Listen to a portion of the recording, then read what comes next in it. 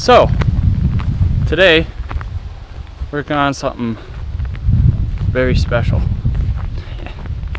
You guys probably thought I forgot about it or got rid of it. Well, I didn't. It's the Jeep. So what's happened to the Jeep? Well, a lot's happened to the Jeep.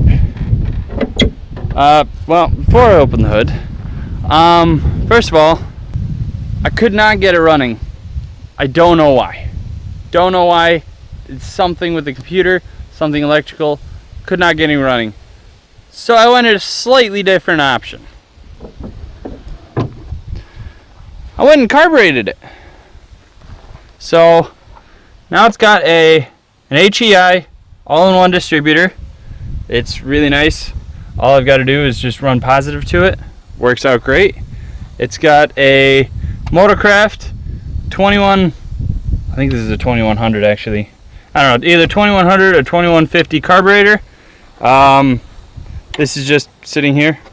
This is a Wix fuel filter, inline. Yeah. But as you can see, if I go and shove that in there,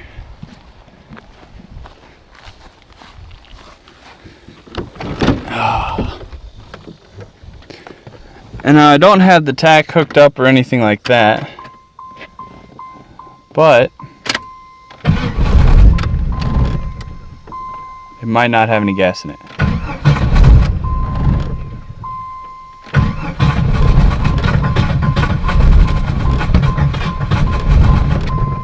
Ooh, that was some flames coming out of there.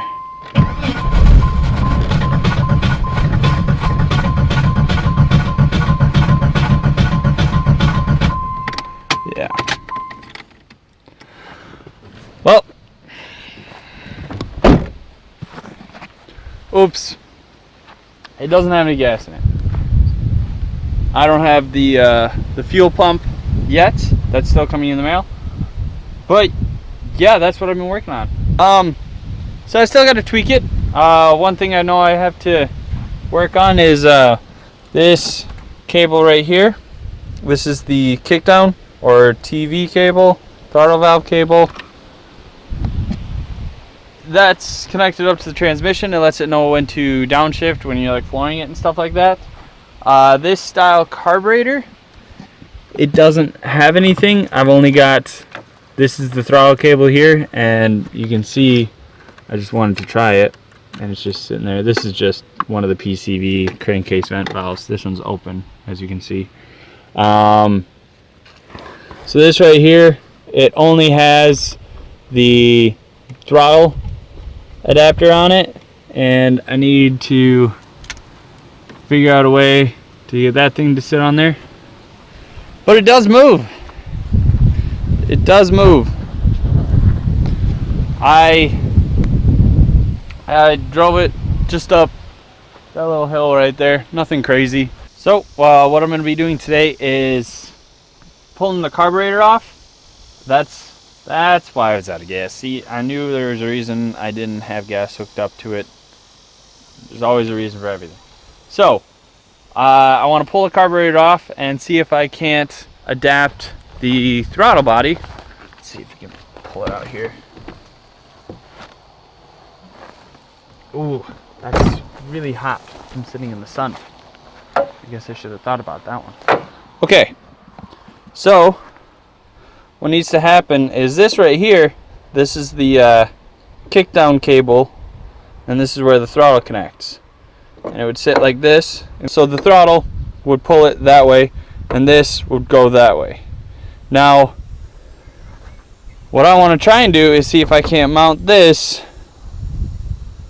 Oh, I don't know what that would be called. Throttle linkage? I don't know. Something like that. What the goal is to see if I can't take the throttle linkage, that's what we're calling it for right now, just going with it, the throttle linkage off of the old throttle body, and yep, that's still very hot. take the throttle linkage off the old throttle body and put the throttle linkage on the Motorcraft carburetor. That's the goal. But yeah, it does. I do still have it. It still runs when there's gas applied to it. There are a few kinks that I have to figure out and everything like that. But the goal is to get this running and driving in the next couple weeks here. Gonna see how well that goes, because the engine swap was only supposed to take a week, and so far I think it's been a little over a year.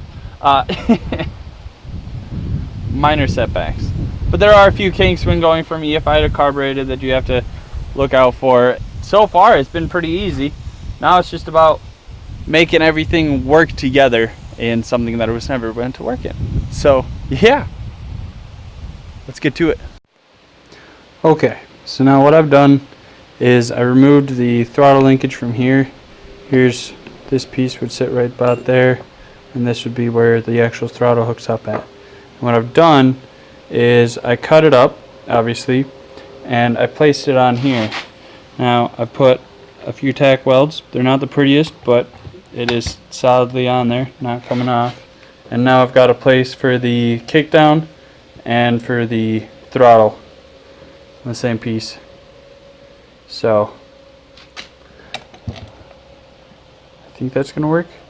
What I did was I took this piece, and on the back I ground it down a little bit to make way for the bolt that's holding this on there, and we're gonna go see how that works. The next day.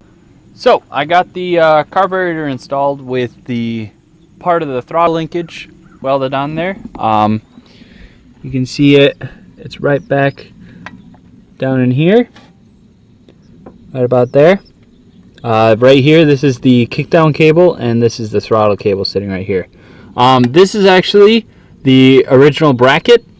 So originally that bracket was sitting over here, because this is where the throttle linkage was. As I flipped it and it's over here, I took the original bracket and flipped it over.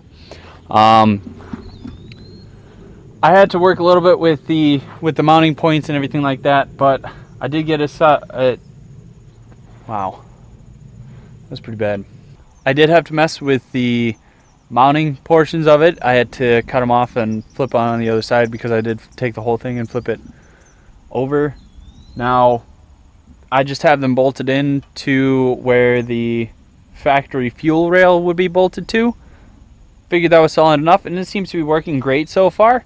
And it was great positioning for where I wanted the kickdown and where I wanted the throttle cable as well. Of course, over here I still just have the wires dangling. I just kind of shove them into the battery post to get it to start up. I was just running it.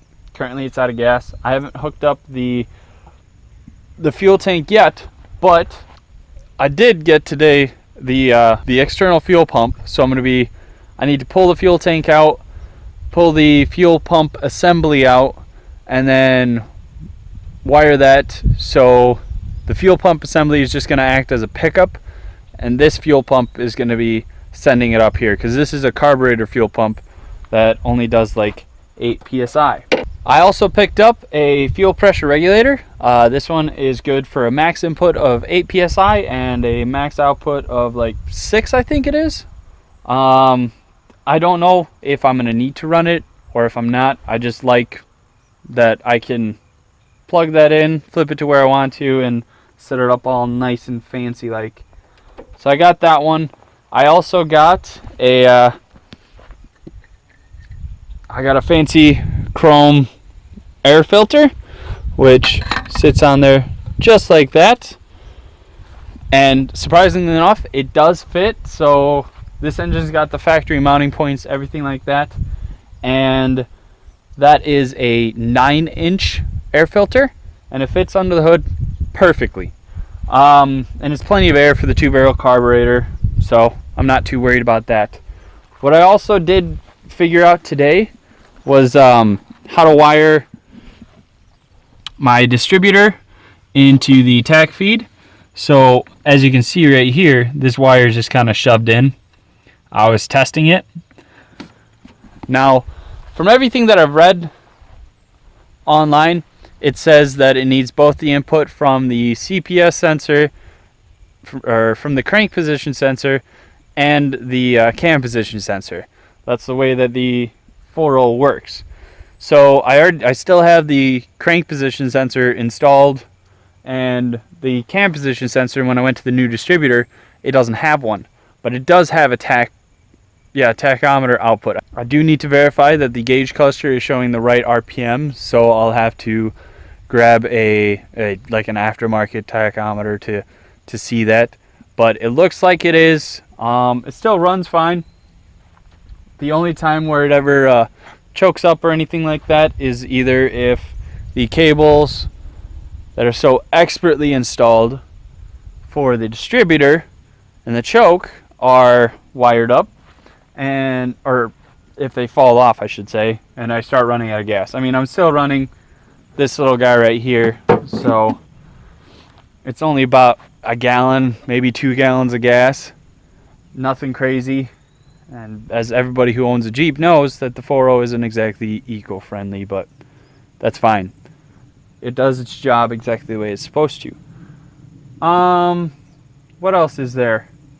I wired up the electric choke. That's just wired right to positive. If you follow this yellow lead here, it goes into this inline fuse. I just have a little 15 amp in there. Eventually, I'm going to be wiring it up to a fuse block that I already have on here for the lights and the electric fan and everything like that. What else? Yeah, that's about it. The next thing is going to be to drop the tank and take care of all that stuff, wire up the inline fuel pump, but that is for another day. I'm calling it an evening tonight, calling that a success, and yeah, I'd say I did pretty good. A little pat on the shoulder.